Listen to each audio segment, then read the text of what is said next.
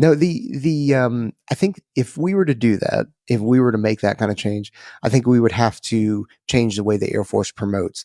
And we'd also have to change the way that the Air Force views its senior NCOs because, it's perfectly normal for a SEAL team or an ODA team to have E70, E80, E9 on there. And it's like, it's not a big deal, No. right? You're not going to, on an ODA, you're not going to see an O4 or not an O4, an E4 on there, right? The lowest person you're going to see is probably an E5, and that's not going to be for that long.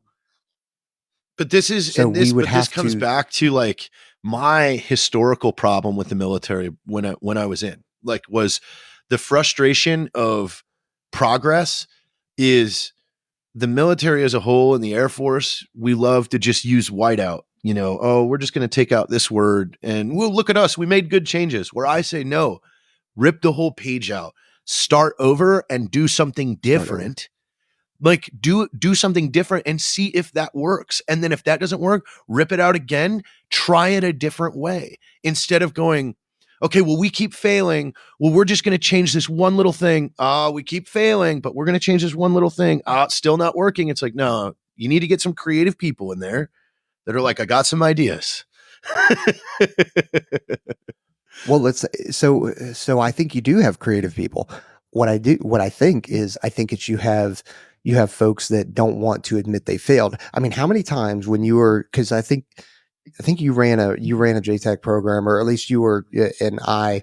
So you saw No, the records, you saw, I the was the UTM. That was my final okay. Oh, so unit training even manager. better then. So you saw the percentage rates.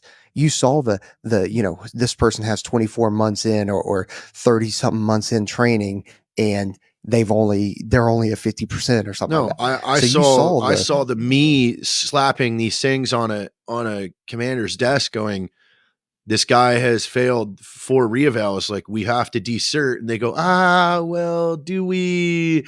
That's just kind of a law, okay, then then it's then called why do I yeah. have a regulation and why do I have a job? Like why am I here? Right. And that's because people don't want to say, "Hey, I failed," or this thing, So I think you do have people that are creative, but it's one, they're either being pushed down because they're like, "Shut up, we're not doing that. This is what we're going to go do because this is status quo, and I don't want to report that, hey, this thing that we're doing has failed." Or maybe it's just people that are just like, "Dude, will you just shut up? Just what do I got to do to get you to shut up and go do what I need you to obey?" It's so much easier if you would just Yeah, shut up and obey. exactly. Yeah, because I'm just here for 2 years. I just need nothing to happen. And that's it. Like that's all we got to Yeah. do. Well, like I've even said this. Like imagine this. Imagine STSs didn't exist, but you had a group. So there's a group.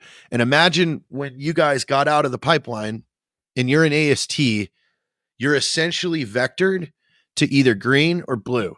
So, okay, you're going to be a SEAL JTAC.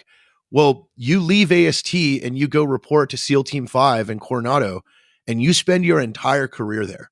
And on occasion, every quarter, whatever it is, you go back up to the group, wherever the headquarters is. They check all your records, make sure you're doing everything great. But you are on a SEAL team from the time that you get out with a United States Air Force name tape, maintaining all your stuff. Obviously, you'd have a program manager at the group level, like maintaining everybody. But again, how many more problems would this solve when you're now an E7 in SEAL Team 5 and you have been there for 13 years? Like, you're their guy.